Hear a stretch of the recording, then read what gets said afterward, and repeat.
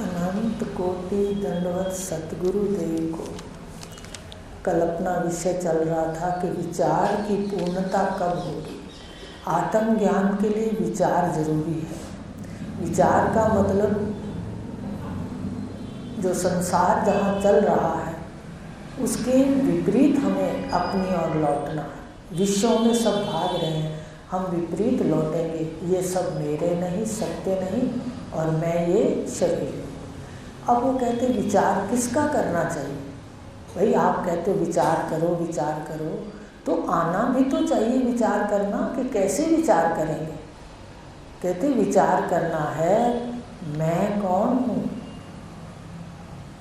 और सामने जो दिख रहा है ये क्या है, और फिर जो परमात्मा इसका रचने वाला ईश्वर है तो कहाँ है।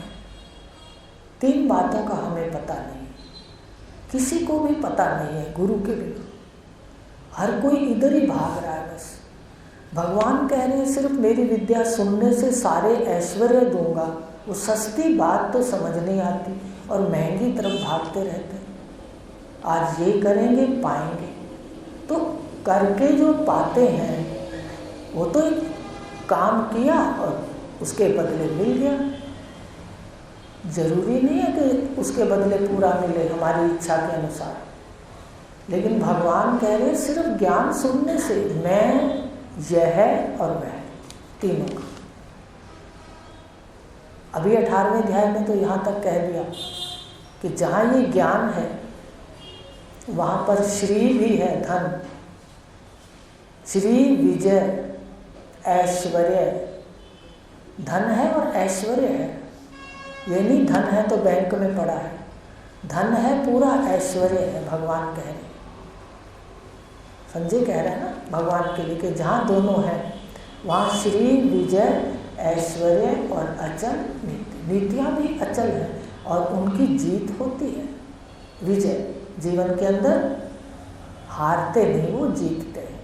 तो इस प्रकार एक सुनने से और मनन करने से ये स्थिति है। तो कहा विचार करना है मैं कौन हूँ, यह क्या है, वह कहाँ है। तो आगे कहा कि विचार किसका करना है, मैं कौन हूँ, ब्रह्म कौन है और प्रपंच क्या है। वही हो गया ना, मैं, यह और वह। इन तीन जगत, जीव और ईश्वर का विचार करना है। इन तीनों का साधारण रूप क्या है। साधारण रूप क्या है।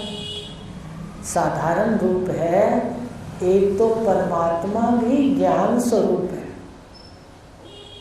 सबसे पहली बात ध्यान देते जाओ। आपको एक शीशे की बात बताई थी ना कि 5 बातें नोट कर लेना शीशा आते। वो भ्रांतियां हैं शास्त्रीय भाषा में। जब समझाएंगे तो आपको बताएंगे, सरल भाषा में आपको बताते हैं। पहले उसको रट लिया, अब ये रट लो कि ब्रह्म, वह और मैं। सबसे पहली जो साधारण बातें हैं तीनों में कि दो तो इसके अंदर चेतन है, ज्ञान स्वरूप है। मैं भी ज्ञान स्वरूप हूँ, जानता हूँ, सदा जानता हूँ। ब्रह्म प्रकाश का जो पहला श्लोक है, सदा रहना, सदा जानना, सदा आनंद स्वरूप। ब्रह्म प्रकाश तेरा अपना आपा, तू क्यों ढूंढे दूर। उसको खोजने के लिए हम बाहर जा रहे हैं। तो सदा जानना, सदा रहना, ये सबसे पहला लक्षण है दो का। परमात्मा भी ज्ञान स्वरूप है और जीव भी, मैं भी ज्ञान स्वरूप है। ईश्वर की सृष्टि देखकर पता चलता है कि हर चीज उसने ज्ञान से बनाई है और कोई चीज बिल्कुल खुली नहीं रखी, उसको ओपन नहीं रखा। देखो सबके ऊपर छिलका, कवर ढक के रखो। तो हर चीज़ का पहले छिलका उतारते हैं, फिर उसमें उसको अपने जीवन में प्रयोग करते हैं, उपयोग करते हैं। पहले छिलका उतारते देखो, आश्चर्य होता है देखो। और छिलके का अलग हिसाब है और वस्तु बीच में अलग भरी है।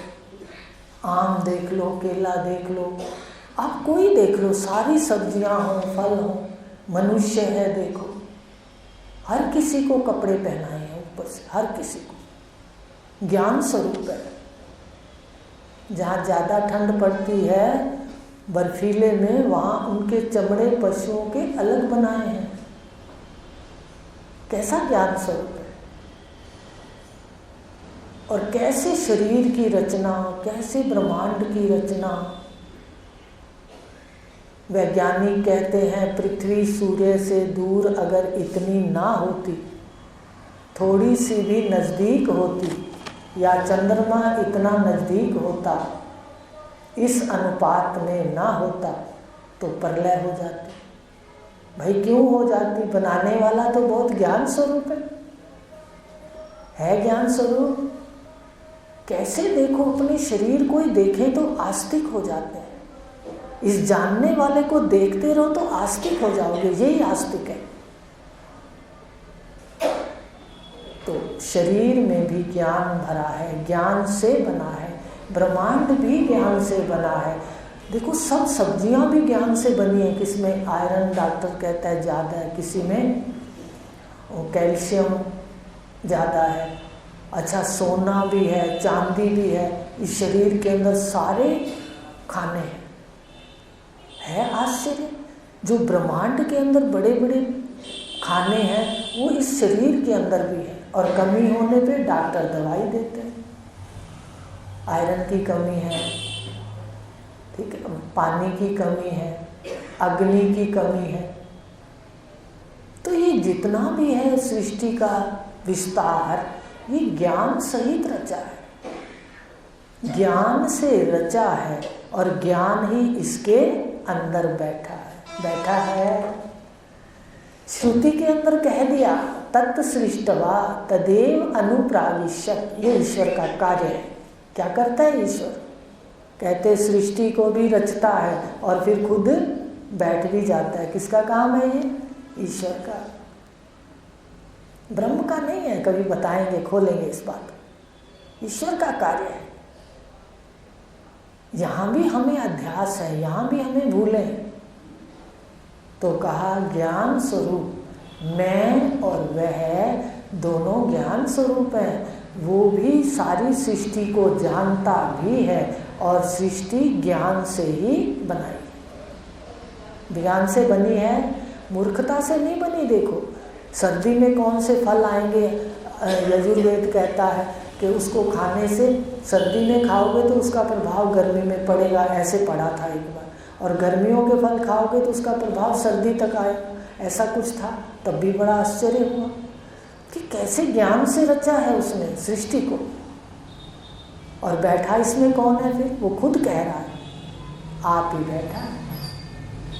तो ज्ञान से सब कुछ बना है और फिर इसमें बैठा भी जानने वाला है। अर्थात मैं भी ज्ञान स्वरूप चेतन कहते हैं, जड़ कहते हैं। जैसे मुर्दा होता है, जैसे घर के सोफे हैं, कोई सामान है, वो जड़ है। और जिसको जानने वाला जो मैं है वो चेतन है। तो वह परमात्मा भी जानता है, ईश्वर भी जानता है और मैं भी जानता हूँ। दोनों क्या है? ध्यान दो, चेतन और ज्ञान स्वरूप। ठीक है। जानना और देखना। जानना और देखना किसका है? जानना देखना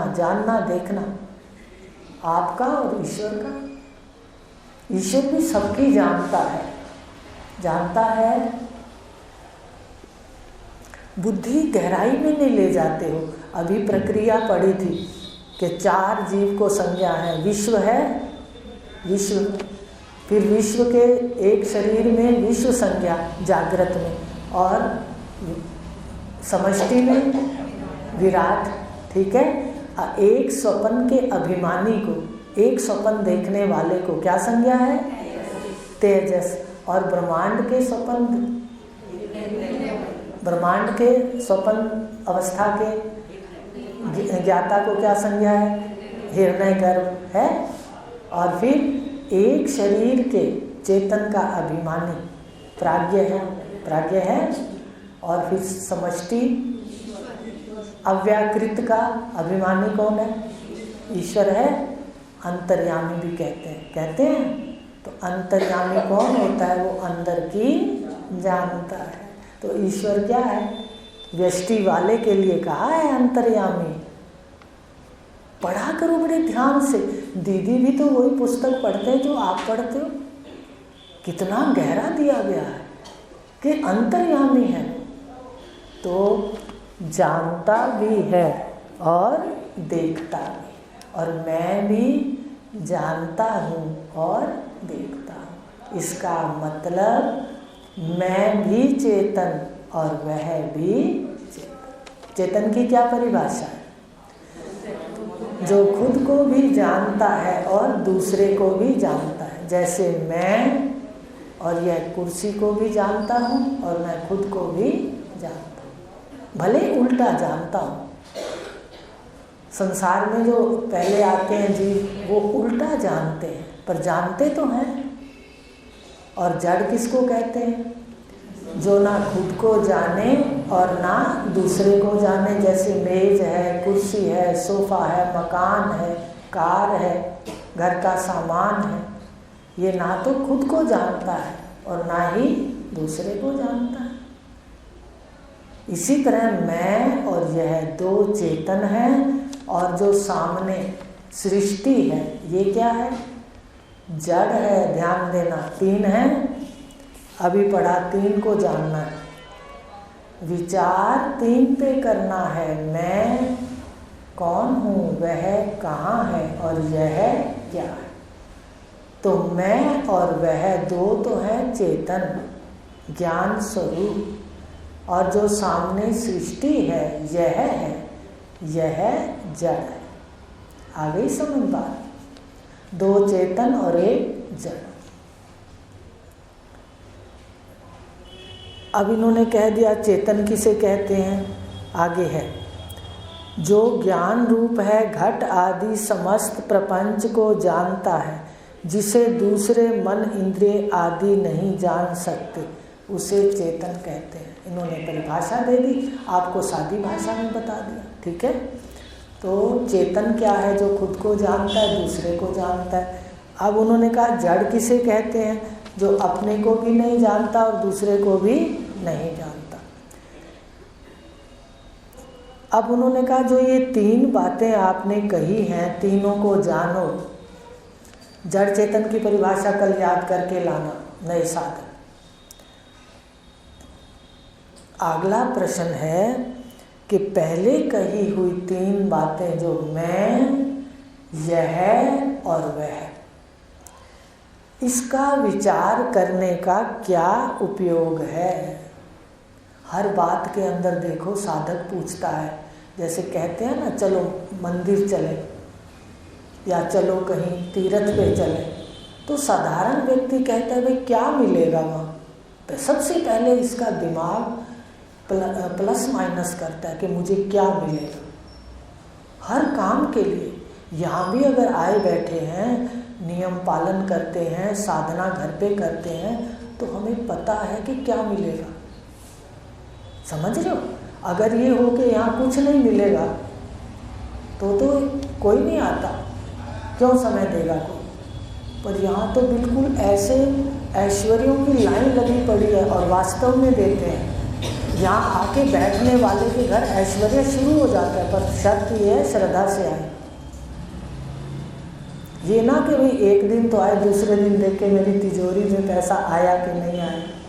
समझ रहे हो बात को? क्योंकि एक कहानी है इसके लिए रूपक है। कहते किसी ने कहा भाई जब तुम मंत्र बोलोगे उपनिषदों के, वेदों के, तो तुम्हारे चेहरे पे लाली आ जाएगी। ये बात सच है। अगर आप बोलते रहते हो ना तो आपका चेहरा खिला रहेगा, तंदुरुस्त रहोगे। देखो कितनी छोटी छोटी बातें कितनी बड़ी हैं। आपके नक्षत्रों की बीमारी जो ज्योतिष विद्या के हिसाब से वो भी क्षीण पड़ जाएगी, सारे कर्म भी क्षीण पड़ जाएंगे। ये रास्ता तो बहुत आसान है, करने वाला रास्ता बहुत मुश्किल है, वहाँ गलत भी हो जाता है। तो देखो अब यहाँ पर कहा तो एक बैठा था, वो घर गया, उसने कहा भाई अब तो लाली ला के ही छोड़ना है। तो उसने उठाए वेद उपनिषद और मंत्रों को पढ़ना शुरू किया। अब वो थोड़ी देर मंत्र पढ़े और शीशे के पास चला जाए कि लाली आई कि नहीं आई।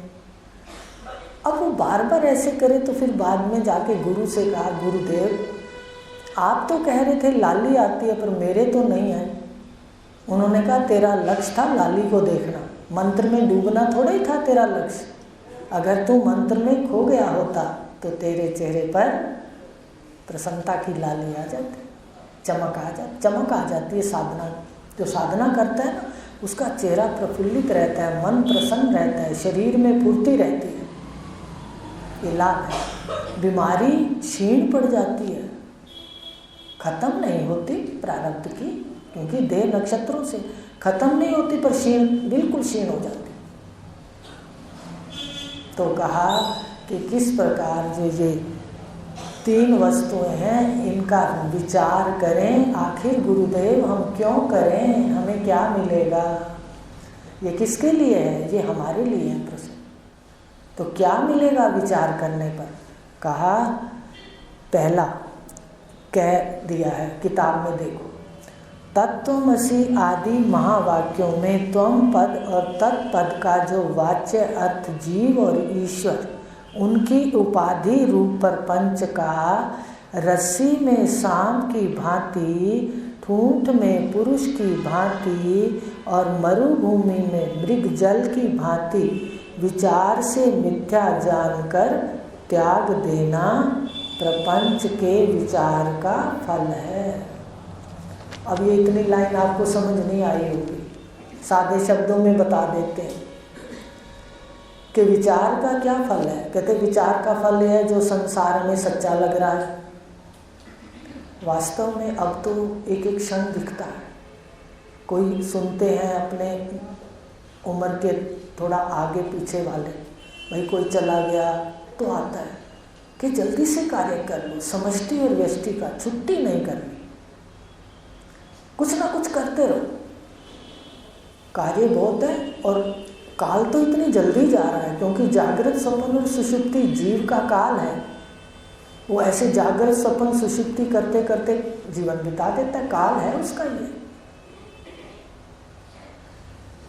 तो एकदम सजग रहते हैं। ऐसे लगता है आयु बहुत कम है, ऐसे लगता है 100 साल गिनने में भी क्या देर लगेगी, बताइए लगेगी क्या देर, बताओ।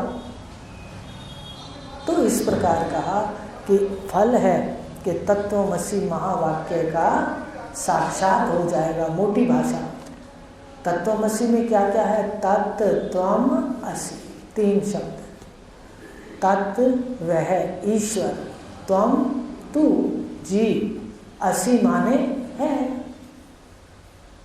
और वो कहते कैसे हो सकता है? ईश्वर ने खुद कह दिया मेरा अंश है तू, उसकी समझ आ जाएगी। अपने ईश्वर स्वरूप में साक्षात लय हो जाना ही तो विधेय मुक्ति है, और कौन सी मुक्ति। तो इस प्रकार ये जो कहा तत्वमसि 3 शब्द हैं, इसके साक्षात हो जाएगा। तत्व का भी साक्षात हो जाएगा, वह का, और मैं का भी साक्षात हो जाएगा, और है का निश्चय हो जाएगा कि मैं वही हूँ। तो तत् त्वम असि, इसका साक्षात हो जाएगा, तीनों का अलग अलग। और जो मैं शरीर हूँ, भ्रांति क्या है? जब यहाँ नहीं आए थे तो हम भ्रम में जी रहे थे, भ्रांति में जी रहे थे भ्रांति में। मैं शरीर हूँ, सारे मेरे हैं। पहले की खोल के तो देख गठरियाँ, कौन है तेरा? आज खोलना गठरियाँ, ठीक है? खोलोगे, घर जाके गांठें खोलना। जो यहाँ पर सबसे ज़्यादा सौदा कर सकता है लेन देन में, वो यहाँ पर पास होता है। याद रखना, यहाँ सिर्फ व्यापार है, लो दो और चलो। इस ज्ञान से ये भी फल होता है कि आपको पता है कि अगर सुखी रहना है तो स्वार्थ लाभ करे सब प्रीति।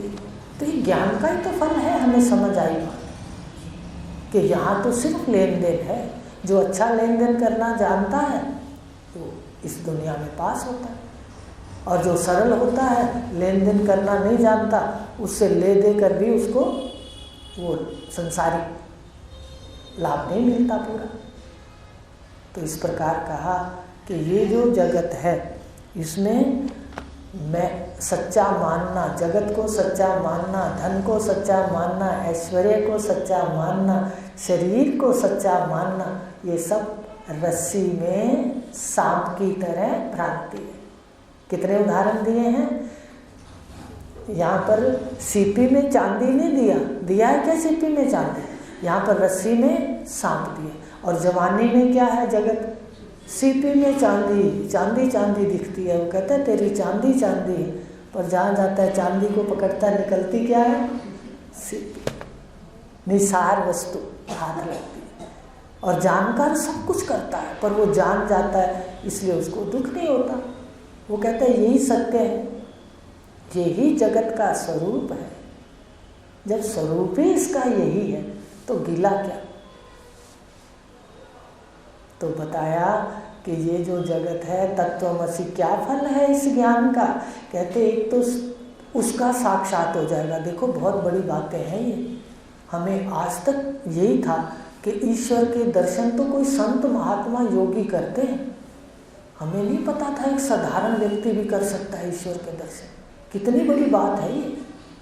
तत्व का साक्षात हो जाएगा, वह का अपनी मैं का साक्षात हो जाएगा, और इसका निश्चय हो जाएगा। असि तत्वम असि। और भी महावाक्यों में 3 है, अहम ब्रह्मस्मि, प्रज्ञानम ब्रह्म, अयम आत्मा ब्रह्म, ठीक है ना? तो ये सब का एक ही अर्थ है। वो कभी महावाक्य पढ़ाएंगे तो बताएंगे अलग। तो कहा कि ये जो जगत है, इसको हम सच्चाई जान लेंगे कि जो हम देख रहे हैं वो सत्य नहीं है, वो तो रस्सी में सांप है। रस्सी है वो तो लाभदायी है, लेकिन सांप क्या है? सांप तो मृत्यु का भय भी देता है और सारा दिन डराता रहता है। ऐसे ये जगत है, सारा दिन डरते रहते हैं। धन से डरते हैं, ऐश्वर्य से डरते हैं, परिवार से डरते हैं, अज्ञान में बहुत डरते हैं। ज्ञान हो जाने के बाद भी हाथ जोड़ते हैं। जीवन यात्रा सुंदर और सुखद। देखो कैसे इस जगत को, ये जो संसार है, ये क्या फल मिलेगा? इस हम 3 का साक्षात हो जाएगा, वह का, मैं का, और इसका हो जाएगा निश्चय। 3 बातें हो जाएंगी। दूसरी क्या बात होगी? ये संसार जो देख रहे हैं वो झूठ है, रस्सी में सांप की तरह, और ठूंठ में पुरुष। ठूंठ में पुरुष क्या है? ठूंठ में पुरुष है, जैसे खेत में जाते हैं ना, पेड़ का ठूंठ होता है, उसको कपड़े पहना देते हैं, कमीज पहना देते हैं, तो दूर से ऐसे लगता है कोई व्यक्ति है। और पशु पक्षी तो डर जाते हैं, पशु तो डर जाते हैं, और दूर से मनुष्य भी कहता है कोई खड़ा है। अच्छा, वो हवा से कपड़ा हिलता है तो ऐसे लगता है जैसे कोई व्यक्ति हिल डुल भी रहा है। इसने भी देखा हुआ है। तो ठूंठ में पुरुष की भ्रांति और संसार रस्सी में सांप की भ्रांति, ये दूर हो जाएगी। समझ रहे हो? जो आज तक हम देख रहे हैं वो सारा का सारा मिथ्या है, वो दूर हो जाएगा। देखो सारा कुछ ही ऐसा देख रहे हैं, सारा कुछ सच्चा समझ रहे हैं, तो ये सारा समझ आ जाएगा। ये किसका फल है? विचार का। किस पे विचार करना है? मैं कौन हूँ, वह कहाँ है, कैसा है और ये जगत क्या है। दो चेतन है, एक जड़ है, दो दृष्टा है और एक दृश्य है। आज इतना ही लेंगे, कल आगे लेंगे। ओम